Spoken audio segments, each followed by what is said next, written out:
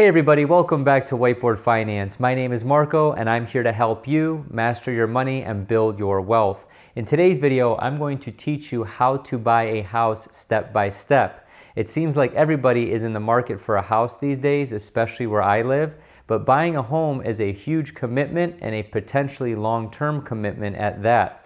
So in this video, I'm going to walk you through buying a house step by step in 11 easy steps. Let's get right into it. Okay, so step number one is, are you even ready to own a home? So you have to really dig deep down inside, look at yourself in the mirror and ask yourself, am I in a position and am I ready and responsible enough to own a home? So the first step I would recommend is having steady income and employment. So if you have your regular paycheck coming in, you're able to kind of budget and understand what your money situation is going to be. This is a good thing. If you know your job is stable, this is a good thing. If you're in sales or if you have a unreliable source of income, you know, your commissions could be up, they could be down. You could be a business owner and you don't know how much money you're going to make in a certain month. I recommend having at least 6 to 12 months of reserves to at least somewhat compensate for this first point. The second point is understand your debt to income ratio. So the banks are going to base this on your gross monthly debt obligations divided by your gross income. I actually like to look at this on net income, but just for the gross income basis, this should at least be under 36%. In my opinion, if you're above 36% of your monthly debt divided by your gross income, that is too high of a debt to income ratio, and it could actually cause some problems in underwriting when getting a mortgage. And then finally, number three, how is your credit? Have you looked at it lately? If you're a good credit score, that's only going to get you a better rate, meaning the cost of borrowing money is going to be cheaper over the length of the loan. Okay, number two is knowing how much house you can afford. So this is probably the most important aspect of home ownership because this will either determine if you're living comfortably or if you're going to be house poor. So first and foremost, I highly recommend, if you haven't already, checking out my home affordability spreadsheet. This spreadsheet alone can prevent you from making a huge financial mistake by buying too much house. So if you want to get that spreadsheet, check out the link down below. What this spreadsheet does is it takes you and your partner or other sources of income and it determines what your monthly net income is, and I recommend not spending any more than 30% of your net income on all housing costs. So not just principal and interest, but I'm talking principal, interest, taxes, insurance. If there's an HOA fee, I incorporate utilities, so you can estimate your utilities as well. I'm talking all in, your housing costs shouldn't be any more than 30% of your net. So with that being said, check out the spreadsheet below. That way you know exactly how much house you can afford. Okay, so step number three, these are your down payment and closing costs. So if you don't know what a down payment is, that's simply a percentage of the home that you're paying for with cash, and then you're taking a mortgage for the rest of the amount. You can put anywhere from 0 to 100% down. 100% is paying cash, 0% is using something like a VA loan or a USDA loan, which doesn't apply to most people watching this video. On a conventional mortgage, you can typically put anywhere from 3 to 99% down. However, most people typically put anywhere from 3 to 20% down.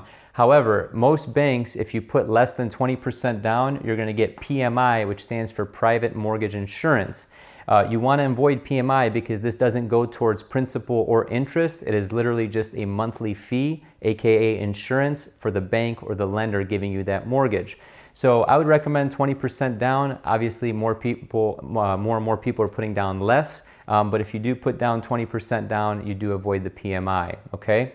So if you want to use 20% as an example on a $100,000 home, $100,000 times 0.2, that just gives you $20,000 as a down payment.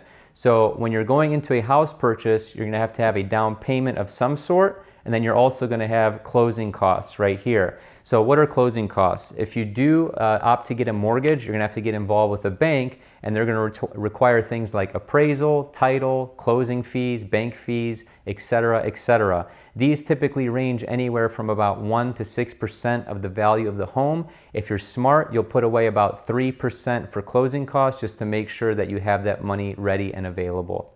Okay, step number 4 is getting your mortgage pre-approval. This is simply just going down the street to the bank or credit union saying, hey, Mr. Banker, my partner and I, we're looking to get this house. Can you at least tell us what we're pre-approved for when we are starting the mortgage process with you guys? And they'll take your information, they'll look at basically your income, your debt to income ratio, your credit score, your other obligations, so on and so forth, and they'll come back to you with a dollar amount that you're essentially pre-approved for amount of loan, aka mortgage. So this will actually help allow you to budget better, and you'll know, hey, this is the amount of money we have down, this is the amount of money we can borrow, this is the amount of money or the amount of house we can afford, okay? So what this helps to do is this helps you get under contract fast if you do find a home you like. So instead of trying to talk to the seller and have your real estate agent write an offer letter, which we'll talk about later in this video, you can actually show the seller, hey, I'm interested in your house, this is my offer, here's our pre-approval letter, great. So as the seller, I actually have some confidence in you seeing the letter or the pre-approval letter from Bank X saying that you're approved for amount Y of dollars. And this helps me know that once I get into contract with you, you're able to close quickly and you do have the funds available. Okay, step number 5 is working with a real estate agent or a realtor. So this could be, your father-in-law, this could be a friend that you work with doing it on the side. They could be a full-time agent. The skills and skill sets of agents vary. There's some that are really good, some that are really bad. So make sure you know who you're getting into bed with before you go on this house hunting journey, okay? So this person is essentially representing you in the purchase. They are kind of like a lawyer representing you, or your medical professional giving you advice, or a financial advisor, for example. So their specialty is to write offers, negotiate, guide you through the entire process. They should be your trusted advisor when looking at these homes, okay? You don't necessarily need one. However, if you are a first-time home buyer, I would recommend you work with a good one because they can kind of calm your nerves down, they can walk you through the process, and they can kind of be your guide throughout this whole sales process or this sales journey. Number 3 is that they are compensated typically in most cases by the seller. So the seller is selling their home. They are working with a listing agent. This is your buying agent. You are purchasing the home. Typically they're compensated anywhere from, I'd say, 2 to 3% depending on the price of the house. So you are not actually paying them anything unless you have some other sort of negotiation in place. The seller is paying both the listing and the selling agent to sell their home. Okay, so number 6 is starting the house hunt or starting your search, okay? So the search begins.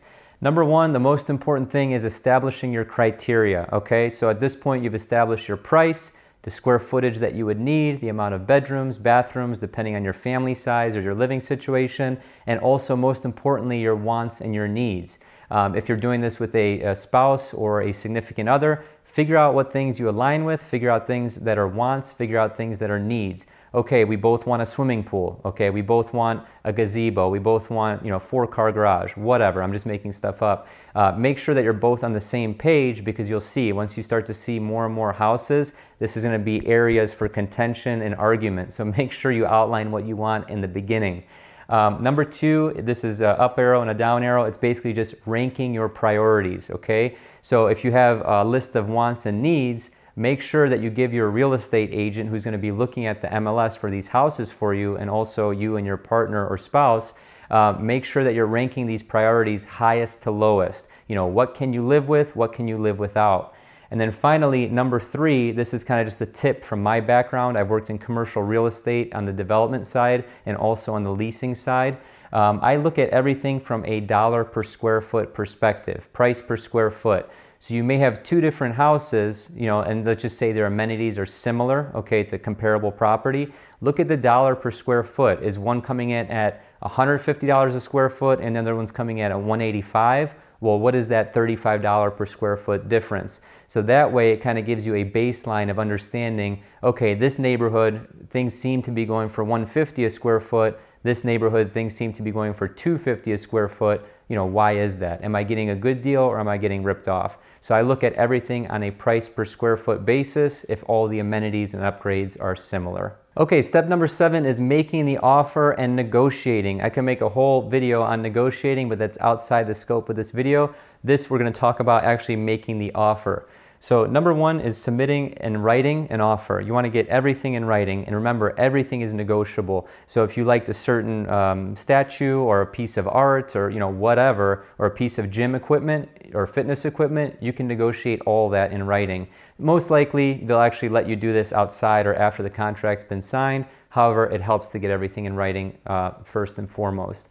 So basically the offer is basically what you're willing to pay for it, any contingencies on financing or inspection, things like that. And once all those things are checked off, you can then move on to finally completing the offer. However, that'll be discussed later in the video.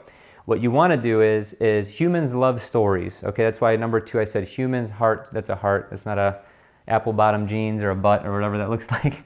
So humans love stories. So when you're making your offer, say for example, you're a newlywed and you have a new baby on the way and your wife's pregnant and it's lovey-dovey, people love that. So if you have a house that's in a hot market and there's a bunch of offers coming in, it may actually behoove you to do a cover letter with, "Hi, I'm Marco, this is my wife, she's pregnant, we really love the neighborhood, blah, blah, blah, blah, blah." Humans love stories. They may be more inclined to sell you the house or go with your offer, even if it isn't the best one on the table. Doesn't happen all the time, but I have seen it, okay? Number 3, you'll put down earnest money. So earnest money is essentially a good faith deposit that goes towards the down payment or closing costs. However, if you walk away from the deal, you will lose that earnest money if it is indeed on your fault or on you for walking away from the deal. So this is typically, a couple grand, it could be less, could be more depending on the price of the house, but it's basically you putting a good faith forward or good foot forward with the seller saying, "Hey, I'm serious about this offer." So at this point, 3 things can happen. The sellers can either accept your offer, decline your offer, or they can come back with a counter offer, and it can go both ways. And at that point, you just continue the negotiation. Okay, step number 8 is once you get the contract accepted or you're under contract, depending on the length of the contract, that will give you time to get an inspection and an appraisal. So these are 2 different things. Don't get them confused. So once the property is under contract, I recommend getting a home inspection. This is basically a gentleman or a woman who comes out, they inspect the roof, the inside of the house, plumbing, radon, gas, mold, things like that. Anything that could be wrong or a foreseeable issue with the property. So they're looking for problems or issues. Number 2, the appraisal is completely different. This is a certified professional that tells you or estimates the value of the home depending on comparables, depending on the build quality, the neighborhood, things like that. Now, number 3, I actually have ammo, so ammunition. So if the inspection or the appraisal comes back, say for example, the inspector comes back and says, this roof is shot, there's mold in the basement, there's radon, etc., you can use that as bargaining or negotiation ammunition in the negotiation part. And you can actually get either a credit or some money off the house depending on the amount of money it costs to remediate these issues that the inspector finds.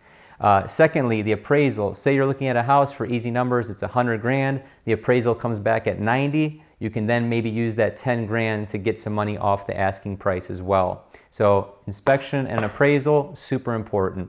Okay, number 9 is just to piggyback off of what I just said with repairs and credits very quickly. As mentioned, when stuff does come back, you can ask for a discount off the purchase price of the home.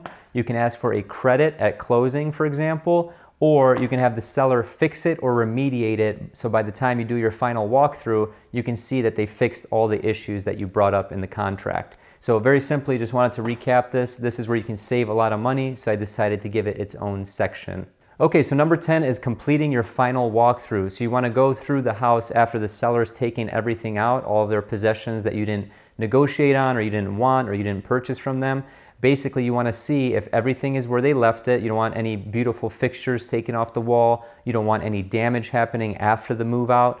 So you may even want to take before and after pictures. That way, when you go to final walkthrough, you say, hey, what the heck happened here? There's a big gash on the wall, there's a big hole in the drywall, etc., etc. So do your final walkthrough, make sure everything is in order. Secondly, have the seller show you around, have them show you everything. So if there's a nice speaker system, for example, or there's an alarm system, or there's automatic lights, or there's a sub pump in the basement, for example, you want to make sure that they show you everything. That way you're not trying to reach out to these people after the fact, after you've already taken possession.